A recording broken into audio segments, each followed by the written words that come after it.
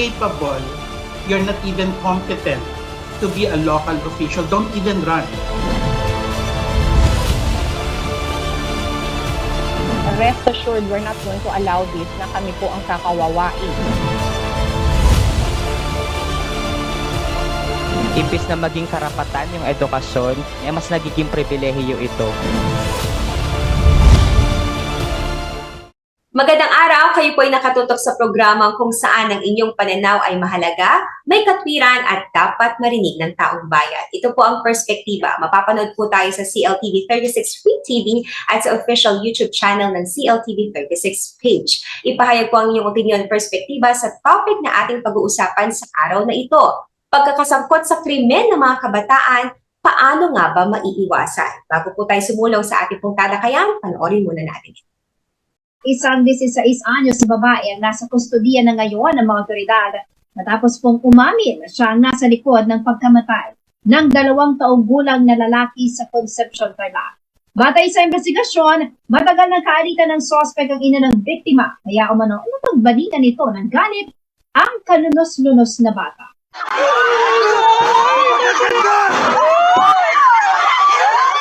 Isa ang krimen na ito sa mga kaso ng Child in Conflict with the Law o CICL o mga menor de edad na nahaharap sa iba't ibang kasong kriminal.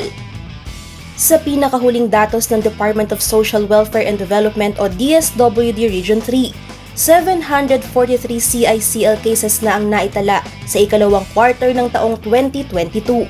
Mas mataas ito ng 37.5% kung ikukumpara sa mga kaso ng CICL noong nakaraang taon na umabot lamang sa 279. Ayon kay Raymond Bimeda, ang Secretariat ng Regional Juvenile Justice Welfare Committee o RJJWC, problema na ang congestion sa mga regional center dahil sa lumulobong bilang ng CICL. Doon sa ating CICL statistic, no? As of second quarter na ngayong taon, meron tayong 745 na CICL na itala at meron tayong 235 na children at risk. So ngayon, medyo lumaki siya compared dun sa last year na pandemic. Sa tulong ng amended na 9344 yung Republic Act 9630, nagkaroon po ng maraming bahay pag-asa, yung sinasabi ko na. So meron po tayong 8 na bahay pag-asa na pinondohan at pinamamahalaan po ng mga LGU. Sa Section 6 ng Republic Act 9344 o Juvenile Justice and Welfare Act, ang minimum age ng criminal liability ay 15 taong gulang. Ang bata na below 15 years old ay ligtas sa criminal liability, ngunit sasailalim sa mga intervention programs. Habang ang isang bata na higit pa sa 15 taong gulang ng edad, ngunit mas mababa sa 18 taong gulang ay maaaring i-detain sa youth centers at isa sa ilalim sa rehabilitation programs.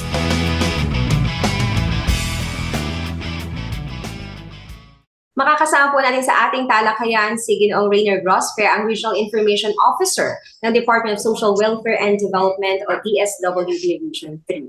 Maging si Ma'am Sheen Casite, ang Executive Director po ng Imas Home Children, at si Sir Raymond Bimeda, ang Secretariat po ng Regional Juvenile Justice and Welfare Committee. Sa unang bahagi po ng ating talakayan, una pong sasalang si Sir Rainer. Magandang araw, Sir Rainer, at welcome po sa Perspektiba. Hi, magandang araw, Ma'am Aizeline. Thank you for having me. Salamat din, sir, sa pagpapaunlak. Sir Rainer, regarding po dito sa naging pag-amin nga ng isang 16 years old na babae dito sa may Concepcion, Tarlac, sa pagkakapas lang niya sa isang 2 taong gulang na bata, nais po nating talakayin ngayon kung paano po ba yung proseso na pag-handle sa ganitong klase po ng kaso under sa ating pong Juvenile Justice Welfare System. Unang-una, Ms. Aizeline, gusto ko lang i-acknowledge na ikinalulungkot natin, no, on behalf of the DSWD yung pangyayaring ito na 2 minors ang involved sa nakakalunos na insidente na ito, no. So unang-una gusto nating i-acknowledge na both of them are victims.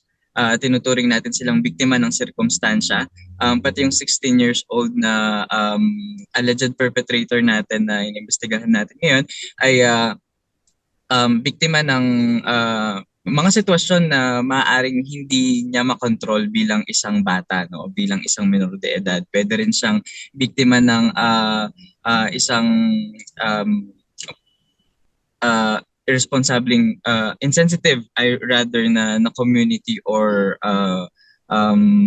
dysfunctional family. So maraming pwedeng maging dahilan dito. So we are reminding and we are enjoining the public to delay judgments no pagdating sa mga minor de edad na to. So on that note, dahil yun yung pinaniniwalaan natin ng DSWD, binibigay natin yung mga karapatan nila bilang mga bata no na pangalagaan pa rin yung kanilang welfare kahit na ganito yung mga nagawa nila no naka-offend sila sa ating batas no ang una dito is sa ilalim sila sa isang assessment o pakikipag-usap ng mga social workers ng lokal na pamahalaan natin sa pakikipagtulungan na rin ng mga social workers natin sa DSWD at nang makita talaga natin kung actually yung purpose natin dito is maintindihan siya at matukoy natin kung saang punto tayo pwedeng tumulong sa kanya no. So after nitong assessment na ito since merong ongoing na case no kailangan siyang dalhin sa kustodiya ng DSWD. So meron tayong mga residential care facilities para sa mga children in conflict with the law. Dito sa Pampanga meron tayong Haven Pampanga para sa mga female residents natin at para sa male residents natin we have the RRCY no. Tapos ilang mga local government units natin at mga provincial governments natin merong mga facilities, mga bahay pag-asa no na binigyan nila ng pondo at pinangangasiwaan nila to. So dito sa mga facilities na to, Miss Aizeline, magkakaroon sila ng home life experience no hindi natin parang meron silang mga trainings dito, meron silang mga education, nagkakaroon sila ng mga individual counseling, peer counseling, group counseling at paghahanda no para mas maging mabuti silang citizens ng kanilang komunidad in the future. Mamaya we will go deeper onto that dun sa magiging rehabilitation, yung proseso, yung actual process. Gaano katagal? Depende ba sa kaso? Depende dun sa, dun sa bata rin na involve, ano? Depende dun sa assessment po ninyo. Pero ngayon, sir, tignan muna natin. Kasi dun sa short video natin kanina. Yes, actually, since there is a case, no? It will depend dun sa natin, sa mga court orders natin. So habang hinihintay natin yung mga hearings, nag-undergo tayo ng hearings, court orders, nasa custody sila ng DSWD, ng mga LGUs, ng mga bahay pag-asa para bigyan sila ng home life experience. Okay, salamat Sir Rainer. Sir Rainer, balikan lang natin kanina yung datos, based dun sa ating pinay na video kanina sa simula ng ating programa, tumaas yung mga children in conflict with the law, yung mga kaso involving yung mga kabataan. Let's go beyond the numbers. Gusto nating malaman, base po sa pagtatasa or pagtatala ng DSWD, ano kaya yung naging dahilan? Bakit meron pong pagtaas ng bilang, nakakalungkot mang sabihin, pero ito po yung naitala nga. At ano yung nakikita nating primary cause kung bakit nagkaroon po ng pagtaas ng mga. Medyo mahigpit pa tayo last year sa COVID restriction. So maaaring maging factor yung paglabas ng mga natin, no, including yung mga bata, kaya dumami din or tumaas din yung bilang ng mga CICLs. Pwede rin na maging factor yung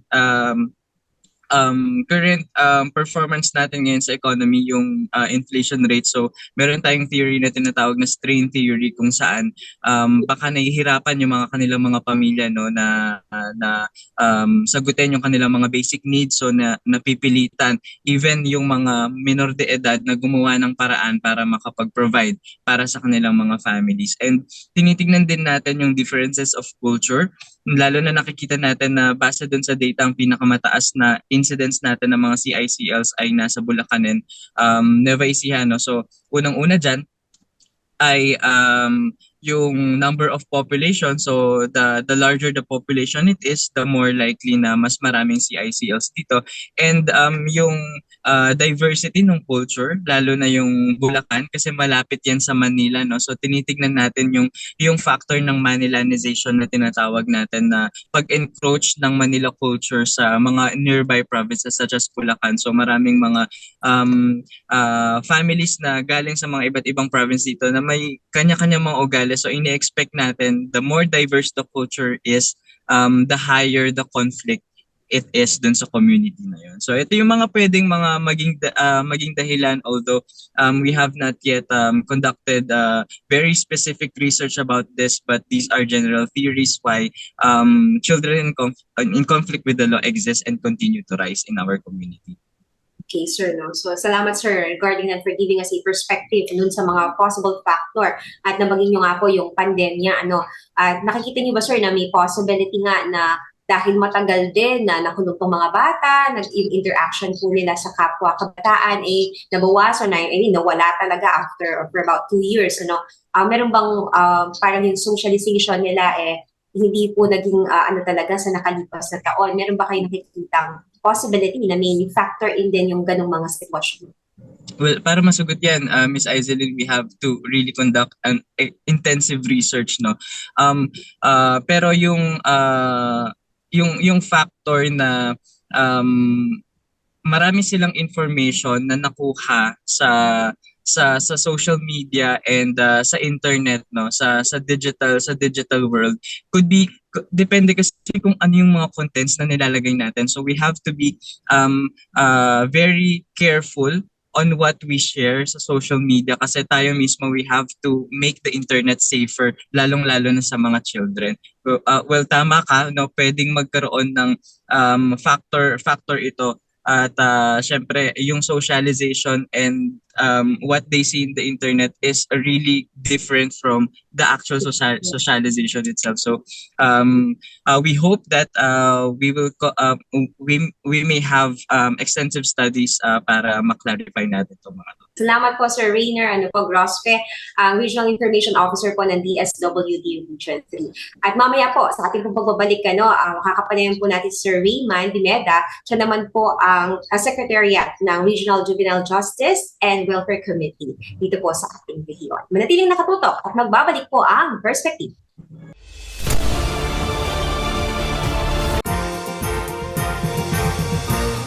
Nagsimulang lumago ang industriya ng Parol San Fernando dahil sa Giant Lantern Festival. Pinaniniwalaan na nag-umpisa ang pista sa Bacolor, Pampanga bilang ligligan parol sa pagitan ng taong 1904 at 1908. Bago pa man magkaroon ng ligligan parol ay laganap na sa lalawigan ng pagdaraos ng Lobenas kasabay ng simbang gabi. Ngayon umaabot na sa 20 talampakan ng mga parol na isinasali sa Giant Lantern Festival. Patunay sa sipag, tiyaga, dedikasyon at patuloy na pag-akap sa makabagong teknolohiya ng mga Fernandino. Kaya ngayong December 17, tunghaya ng Giant Lantern Festival 2022 sa Robinsons, Tamils, Pampanga. Hatid sa inyo ng City of San Fernando Giant Lantern Festival Foundation at ng CLTV 36. Live rin itong mapapanood sa CLTV 36 sa aming 39 cable partners at sa Signal Channel 115.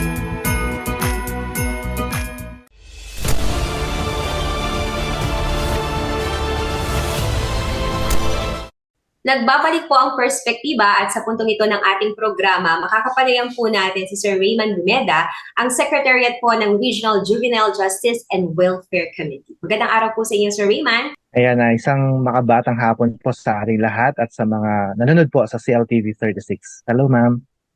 Araw, sir. Sir, nice po namin tanong sa inyo, gaano ba ka-epektibo ito pong ating juvenile justice system ito sa ating bansa? Thank you so much, ma'am. Actually, the Juvenile Justice and Welfare Act, ito yung existing sa atin na batas, no, na pumuprotekta sa mga batang may suliranin sa batas, at we can say na ito ay implemented dito po sa ating bansa kung saan talagang pinoprotektahan, ibinibigay yung mga pangangailangan, mga programa, serbisyo para matugunan po yung mga pangangailangan ng mga children in conflict with the law po na nare-record at nare-report po sa atin dito sa Region 3 and even sa nationwide po.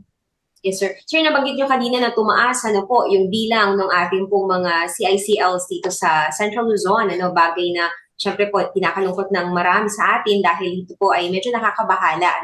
Nabanggit kanina ni Sir Rainer na maraming factors kung bakit ito po ay tumataas. At sa inyo pong pananaw at perspektiba, ano po ba yung mga primary factors na marahil ay nagiging dahilan kung bakit dumadami yung mga kabataang na-i-involve po or children in conflict with the law?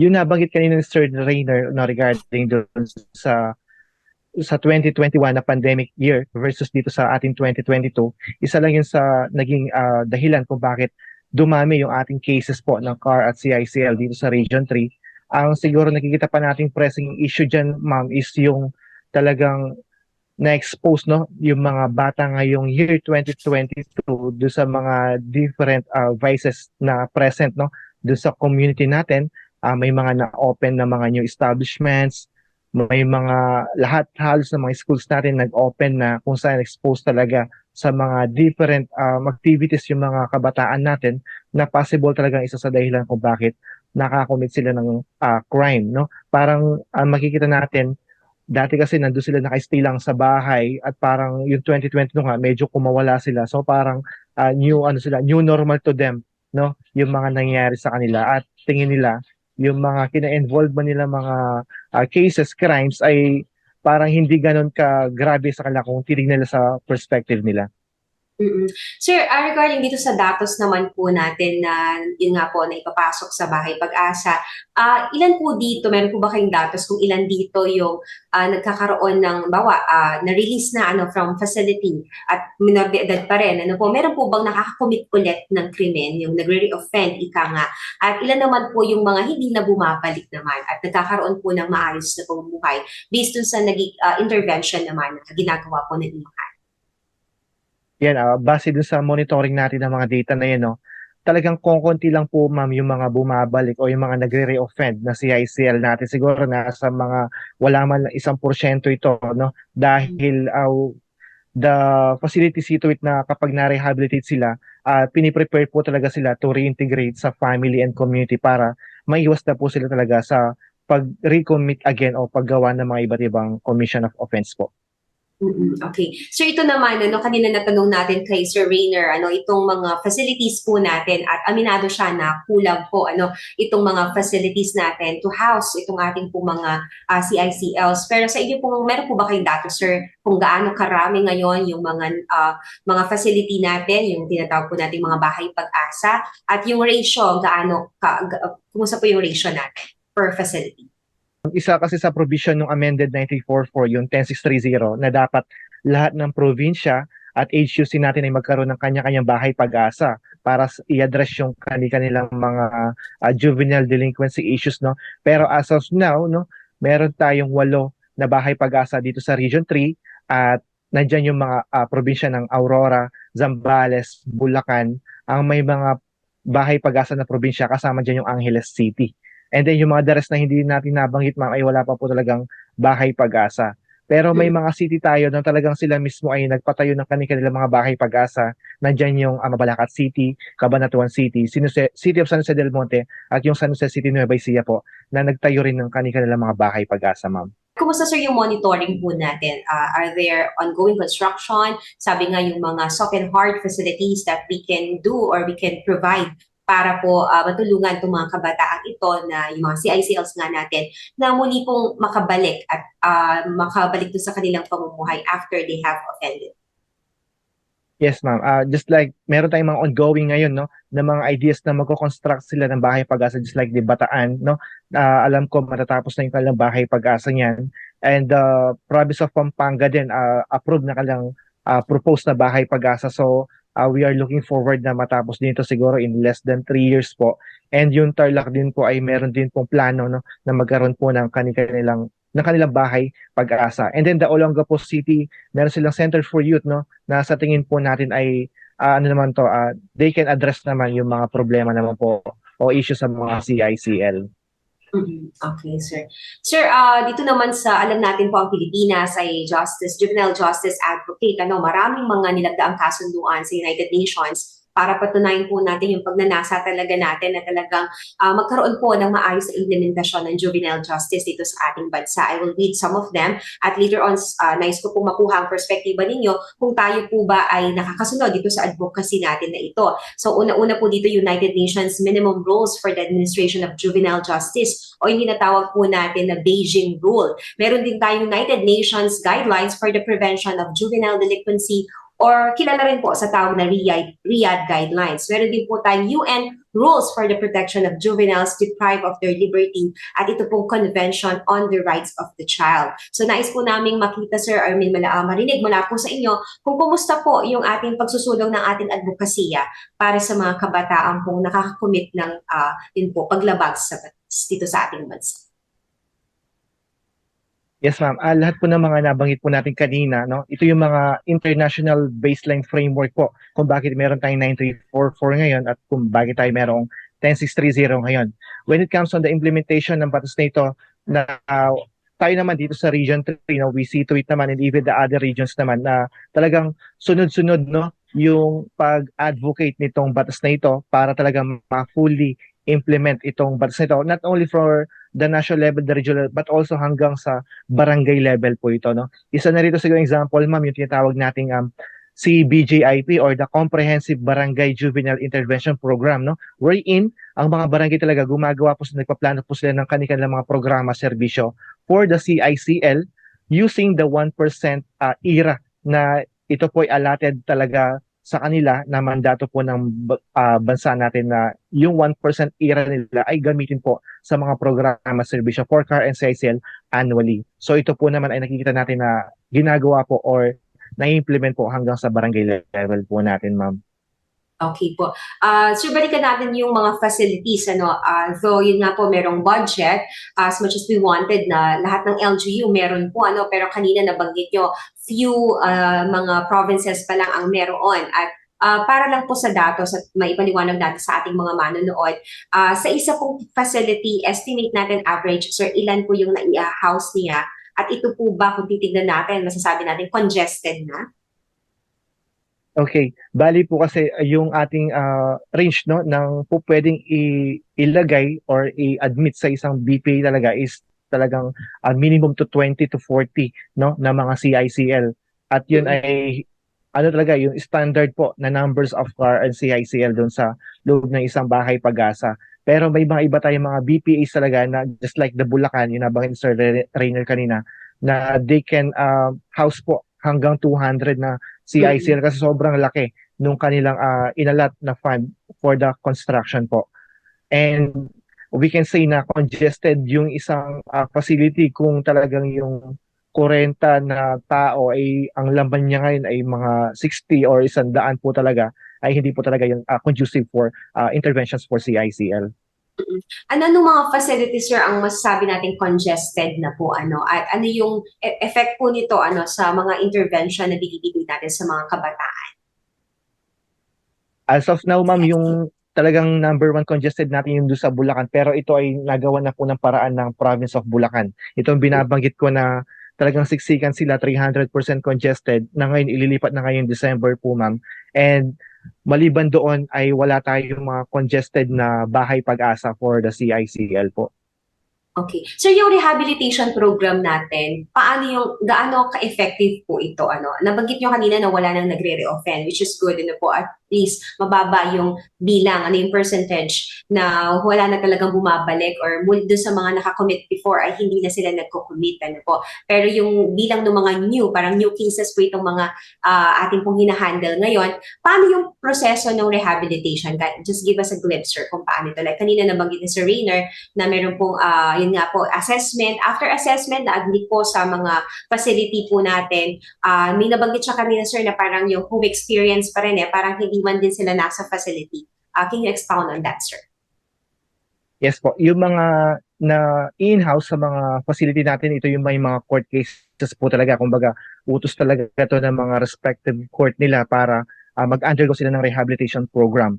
And then once they are admitted, no, dun sa rehabilitation program po, yung mga capacitated natin, yung mga trained social workers doon and house parents, talagang sila yung tututok, no, to handle the rehabilitation program of the minor. So, ibig sabihin, hindi basta-basta yung intensive program na gagawin po nung CICL doon sa loob ng center kung saan talagang gagawa sila ng rehabilitation plan. For example, initial 6 months and then lahat ng mga aspeto ng CICL itatap yan from physical, emotional, doon sa stress management, and even doon sa mga need niya sa court, and then yung doon sa family po niya, talagang wina-workout po ng mga social workers po yan sa loob ng centers. Kaya masasabi natin na talagang very helpful yon Kasi ano yun talagang tutok po sila, no? Hindi po pwedeng maraming ma-handle yung isang social worker na maraming CISL kasi yun nga yung gaan or nagpapasira ng quality ng rehabilitation. Kaya talagang tinututukan po talaga nila yung mga CISL dito sa lahat ng aspeto po, ma'am. Doon sa mismong facility, sir, meron po bang schooling, ganyan, yung mga kabataan? Or mainly, yun parang ito po talaga ay tutok sa kanila pong restoration?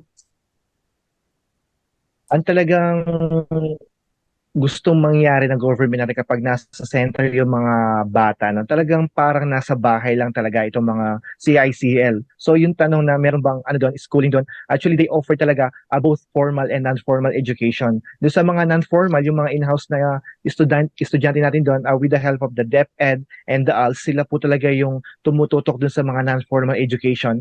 And then doon sa mga qualified naman talaga na CICL na po pwedeng isend sa mga malalapit na colleges, universities po for formal education, ay meron na din pong ibinibigay na opportunity for them para makapag-aral sa labas while they have this an ongoing trial po. So lahat po yan naman ay filter, talagang ina-assess po mabuti ng mga social workers doon sa mga centers po. Okay, sir, maraming salamat po at least po doon na ipaliwanag natin sa ating mga televiewers at sa atin din po kung ano yung ginagawa ng ating pamahalaan patungkol dito sa pangangalaga din po sa welfare ng ating po mga CICLs o yung mga child in conflict with the law. At nakita po natin based sa interview natin kay Sir Raymond na bababa yung mga nagre-reoffend, which is good po. Pero syempre kahit dapat pa rin ayusin na wala ng mga bagong kaso ng mga kabataan na nakakagawa po ng krimen.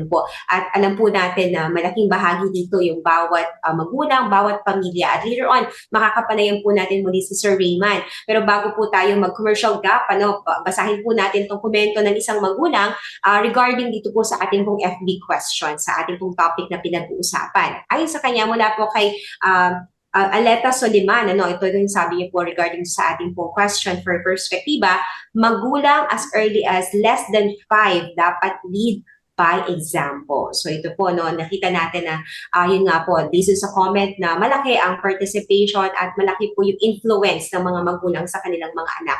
Kaya importante po na magabayan din po ng maayos. At syempre, hindi lang po itong mga magulang, bawat isa po sa atin dito sa komunidad ay may bahagi rin naman upang matulungan po ang paglago at paghubog sa mga kaisipan po ng mga kabataan ito upang maging mabuting mga mamamayan po ng ating bansa. Sa pagbabalik po ng perspektiba, makakapanayan po natin si Ma'am Sheeny Hesite. Siya po ay isang Executive Director ng IMAS. Hindi po nakatutok at magbabalik ang perspektiba.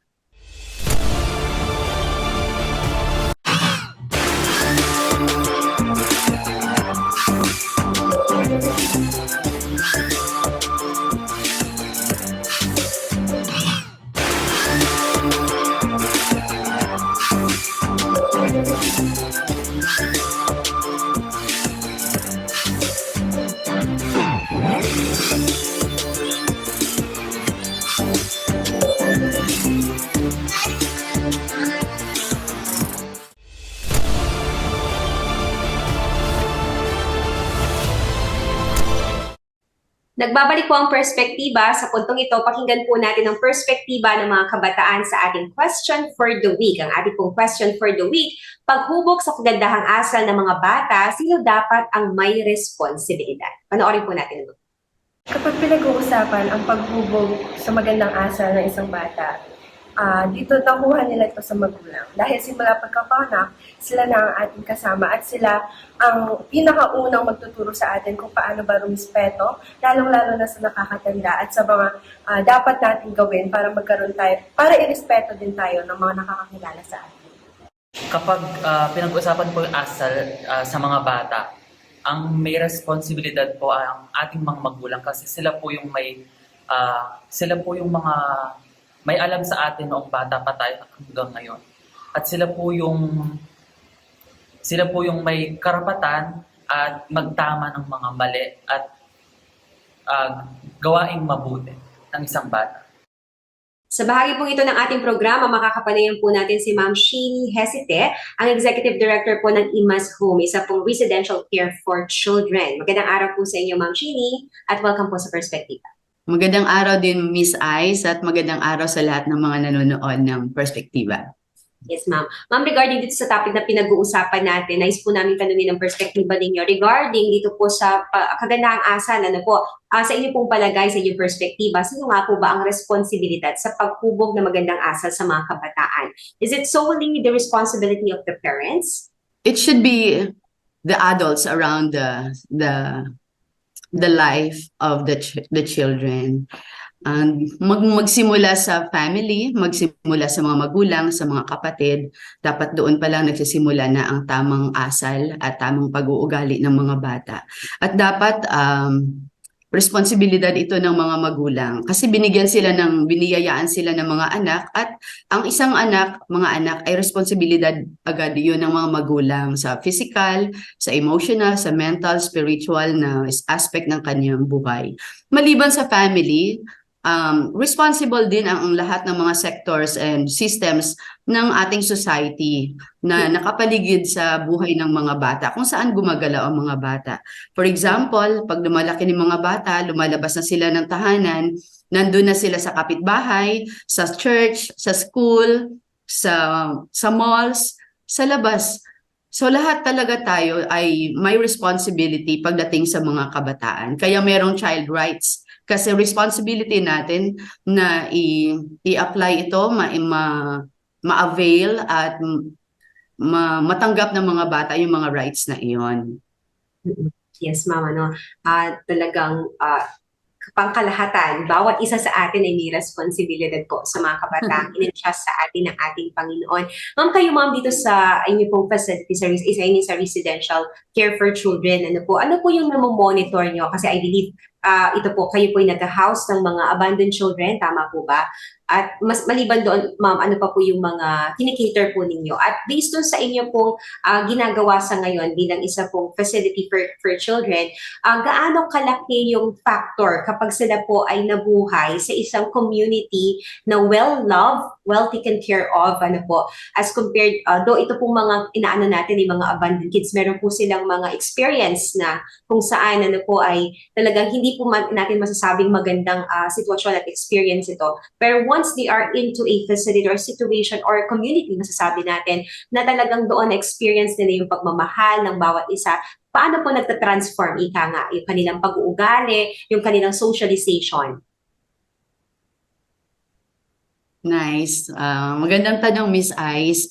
Dito sa IMAS Home, we cater to kids that were victims of poverty, kids that were exposed to abuse, to neglect of their parents, neglect of family, kids that were dependent to the community in order to survive, and kids that were exposed to harsh environments.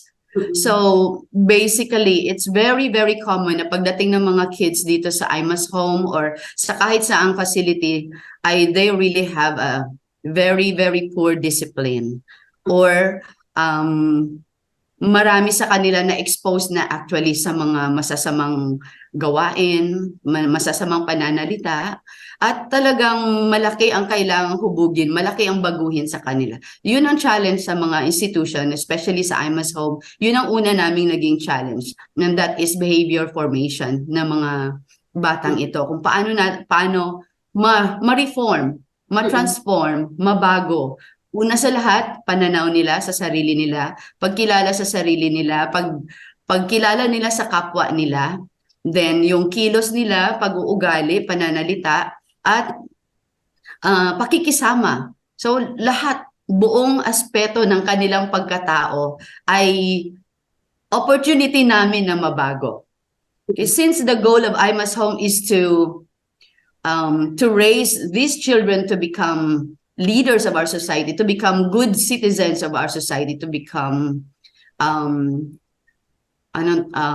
yung mapakinabangan sila, maging mabuti silang mga tao, makakatulong sila sa kanilang mga family at sa iba.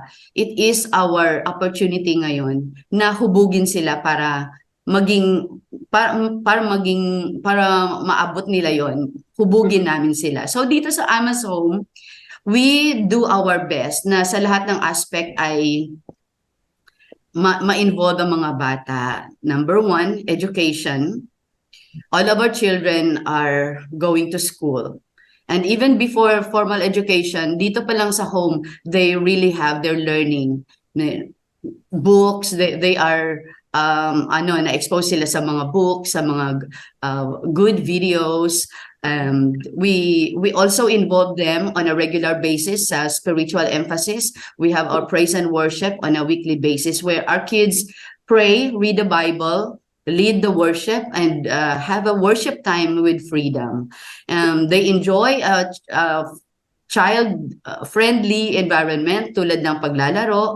Laging may laro, laging na-expose sila sa paglalaro. Maliban pa dyan, yung they are also part of the house chores, yung mga gawain sa bahay, pagluluto, paglilinis. They have their own spaces, so they can take care of themselves. Inaayos din ang sarili nilang mga gamit. They make their beds pagkagising. So all those things po, it's really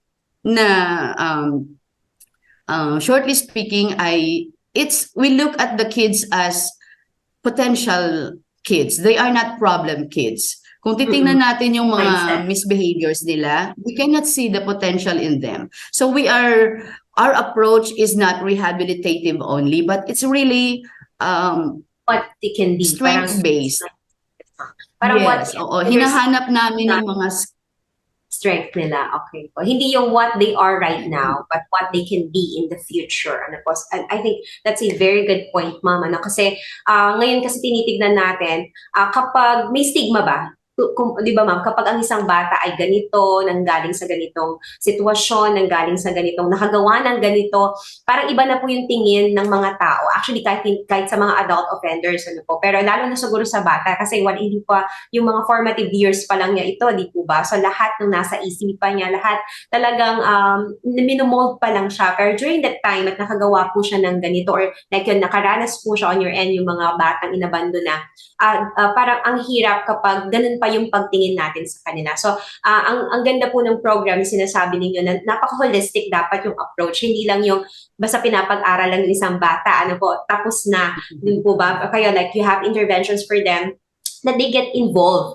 Lalo na ngayon with the social media age, kasi di ba parang ang bata na pag-iiwanan na lang na parang yan, ginagamit yung phone, tapos yung parang yung kanila po mga information coming from social media, para sa kanila parang tama na ito, di ba? At yun yung na-adapt po nila. Pero it's really different kapag nakikita natin yung holistic yung approach po, like yung nabanggit kanina ni Ma'am Sheeny. Ma'am Sheeny, meron bang perfect formula or kahit formula na lang in raising a child, na makikita nyo, based na rin sa experience, kasi you're not raising one child, right? So, napakarami nyo pong mga masasabi natin anak po sa IMAS, na you're taking good care of, and iba't iba yung ugali. At ang parang masasabi natin, itong mga batang ito, kaya you can really speak yung perspective coming from this child on how you take good care of them.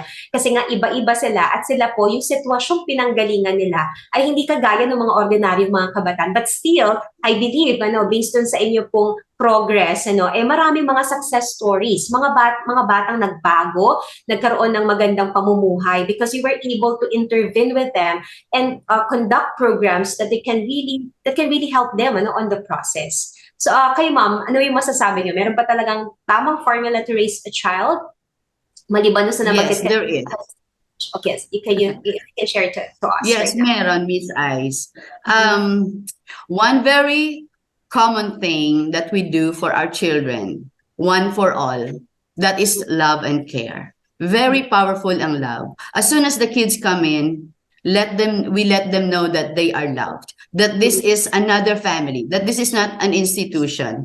Hindi sila pumasok sa institution na didiktahan sila. Here, they are so loved and cared for. Kaya napakadali nilang hubugin. We express our love by touching them, the comfort.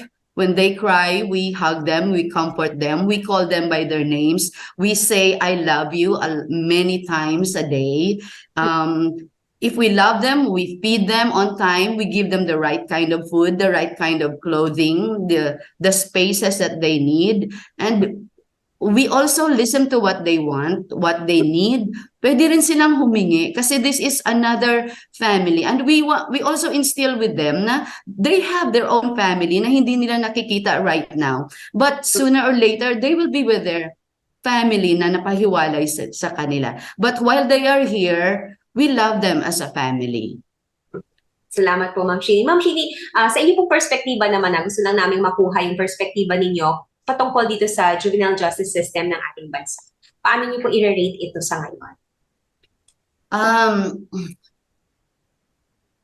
I think our government is doing their best for our juveniles. I trust na ginagawa nila ito, but I really do push also na if there are many more ways that we can implement, marami pa tayong pwedeng programs na ma-implement, partnerships with the NGOs who are able to help us save our children. Let's say, tulad ng sabi nila si Reynan kanina, iilan pa lamang ang Bahay Pag-asa.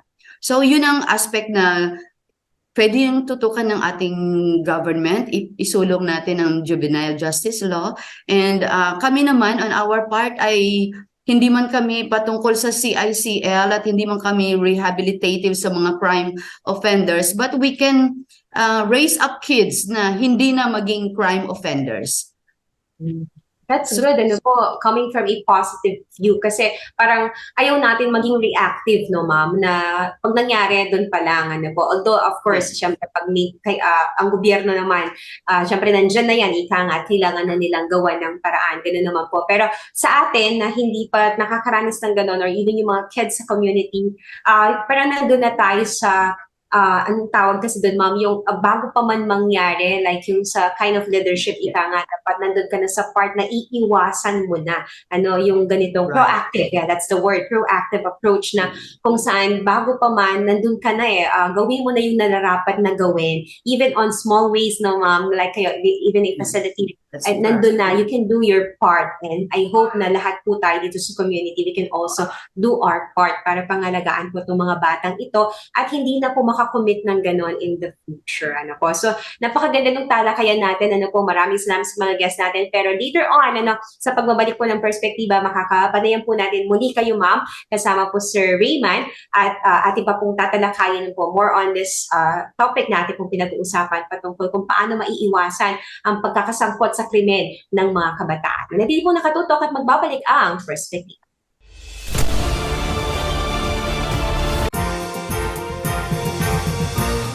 Nagsimulang lumago ang industriya ng Parol San Fernando dahil sa Giant Lantern Festival. Pinaniniwalaan na nag-umpisa ang pista sa Bacolor, Pampanga bilang ligligan parol sa pagitan ng taong 1904 at 1908.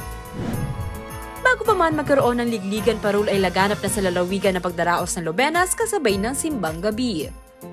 Ngayon, umaabot na sa 20 talampakan ng mga parol na isinasali sa Giant Lantern Festival.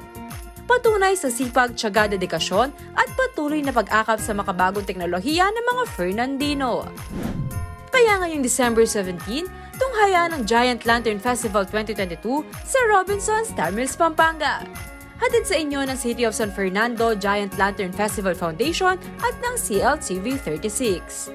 Live rin itong mapapanood sa CLTV 36 sa aming 39 cable partners at sa Signal Channel 115.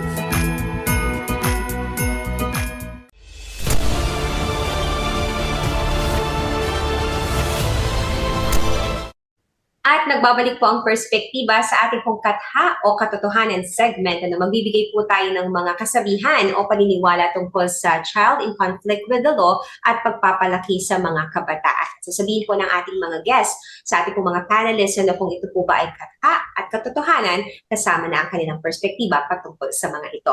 Unahin po natin si Ma'am Shini. Ma'am Shini, ito po ba, ano masasabi niyo, wala na akong magagawa para baguhin ang ugali ng ating anak? Ito po ba'y katha o katotohanan? Katha. Yes, ma'am. Bakit po? Lahat ng pagkakataon, lahat ng araw ay pagkakataon natin para baguhin ang ating mga anak. Nasa atin ang kakayanan, oras, panahon, opportunity, at napakaraming pwedeng makatulong sa atin para hubugin at baguhin ang ating mga anak. Salamat, ma'am. Kay Sir Rayman naman. Sir Rayman, katha o katotohanan, ang batang nagkasala sa batas ay meron pong madilim na kinabukasan. So ito po ay katha, no? Dahil when we say batas, no, ito yung talaga yung isa sa paraan para matulungan, no, itong mga kabataan na naliligaw ng landas. And kapag sinabing batas, hindi ito kadiliman, kundi ito ay simbolo ng bagong pag-asa po for them. Okay, salamat po, Sir Rayman. Ano po? At panghuli po, kay Ma'am Sheenie Hesite, ano po ito? Kaya ganyan ang ugali ng bata kasi namana niya yan.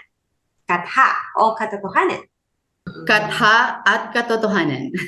Okay, yes, ma'am. Sasabihin kong katha, kung iniisip mong namana niya by birth, hindi po totoong namana ng bata ang masamang ugali by birth, pero pwede niyang namana ito dahil nakapaligid sa kanya ang mga example ng masasamang ugali. So magiging katotohanan siya dahil napaligiran sila ng mga negative role models, kaya nagiging ganun ang kanilang mga pag-uugali.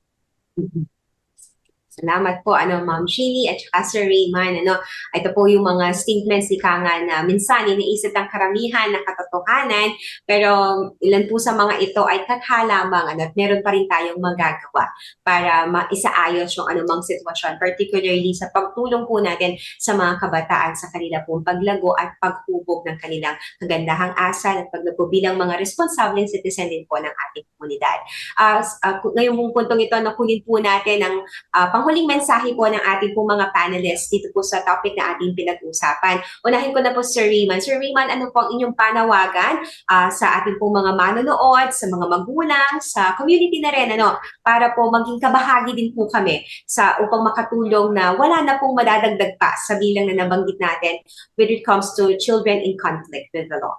Araw-araw po ay araw ng mga kabataan na may mga chance tayo, no, para baguhin yung mga nakagis na nila at pwede tayong makatulong, no, not only the family but also the government, the other stakeholders po para mahubog po kasi hindi na tayo ngayon nasa era na si magulang lang yung tututok or si government lang yung tututok. So ibig sabihin, we have all this convergence, no, na pagtutulungan between all the agencies, no, na focus po sa, of course, dun sa paghubog at pag-strength sa mga kabataan po natin na medyo naliligaw ng landas, no.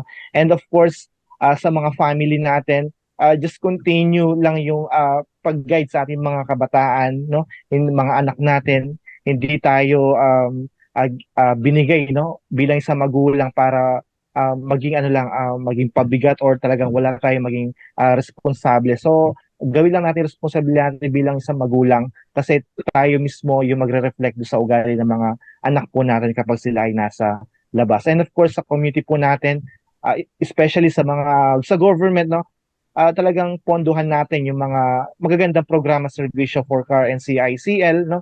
Hindi lang, wag lang tayo puro pa basketball, puro pa Miss Gay, puro kung saan proyekto yung gastusin natin. Maglaan tayo sa mga long-term programs and services, no, na hindi natin man makikita yung impact nito agad-agad, pero para tayo nagtatanim lang para mas maging maganda yung output nito sa mga kabataan pong inaalagaan po natin sa mga barangay sa community. Opportunity natin, privilege natin na makapagpalaki tayo ng mga anak na maaayos, mabubuti at magiging magandang ehemplo at makakatulong, magiging good citizens ng ating bansa. Gusto kong manawagan sa ating government, tulad ng sinabi ni Sir, more programs, more support, financial support, lagyan po natin ng budget ang juvenile justice law, ang rehabilitation ng mga crime offenders natin, mga juvenile natin, kung ano man yung mga sectors ng government natin na napapaloob dito, from Sir yung word na convergence, involved din po dito yung police, involved yung ating mga social workers, yung mga teachers natin, yung mga guards, mga adults sa paligid ng mga bata. Para ma-implement natin itong law na ito, lagyan natin ng support, lagyan natin ng budget, dagdagan pa natin ng mga bahay pag-asa, dagdagan pa natin ng mga institution na maka-save sa mga crime offenders, sa mga juveniles natin. On the other hand, bilang NGOs naman, I'm calling all of our NGOs na patuloy natin gawin yung paghubog sa mga bata, na alisin sa isip ng mga tao that we are an institution. Alisin sa isip nila yan, we are a foster family. We foster family care for children na nawalan ng pamilya o napawalay sa kanilang mga pamilya. Implement natin yung capacity building ng bawat bata. Huwag lang tayo nakatutok sa rehabilitation. Let's start in building in behavior formation. Hanapin natin kung saan ang areas na gumagaling yung mga bata, nagpapakita sila ng skills, ng talents nila, hubugin natin sila doon. You know, Miss Ice, yung mga kids na ito that are in the institutions today, they are the vulnerable kids that we're supposed to commit crimes in their future. Pero dahil na-save natin sila, nabigyan natin sila, nadala natin sila dito, na-save natin sila. Of course, they're not supposed to stay here for the longest time, because there are proper case management naman. Maraming salamat po, Ma'am Sheeny at Sir Rayman, sa pagiging kabahagi po ninyo sa ating talakayan ngayong araw. Tunay nga po na yung mga na-share ninyong information ay malaking bagay po ito sa bawat isa sa atin, sa mga manonood at maging sa bawat isa na nagnanais na maging kabahagi din po sa paghubog sa mga kabataan ito na ikatiwala sa atin. Pangunahing responsibilidad po ng mga magulang ang pagpapalaki sa kanilang mga anak at paghubog sa kanilang kagandahang asal. Pero kailangan ang kooperasyon ng buong komunidad, ng bawat isa sa atin upang mahubog po ang mabuting asal sa mga kabataang ito. Tama nga po yung kasabihang, it takes a village to raise a child. Lalo na ngayong digital age kung saan maraming mapagkukunan ng impormasyon at inspirasyon ng mga kabataan, kailangan po nila yung mga nakakatanda na gagabay sa kanila. Mga nakakatanda na magiging magandang ehemplo po sa mga kabataan. Ako po si Aizelyn David Manzon, taga rito, kasama ninyo CLTV 36 atin.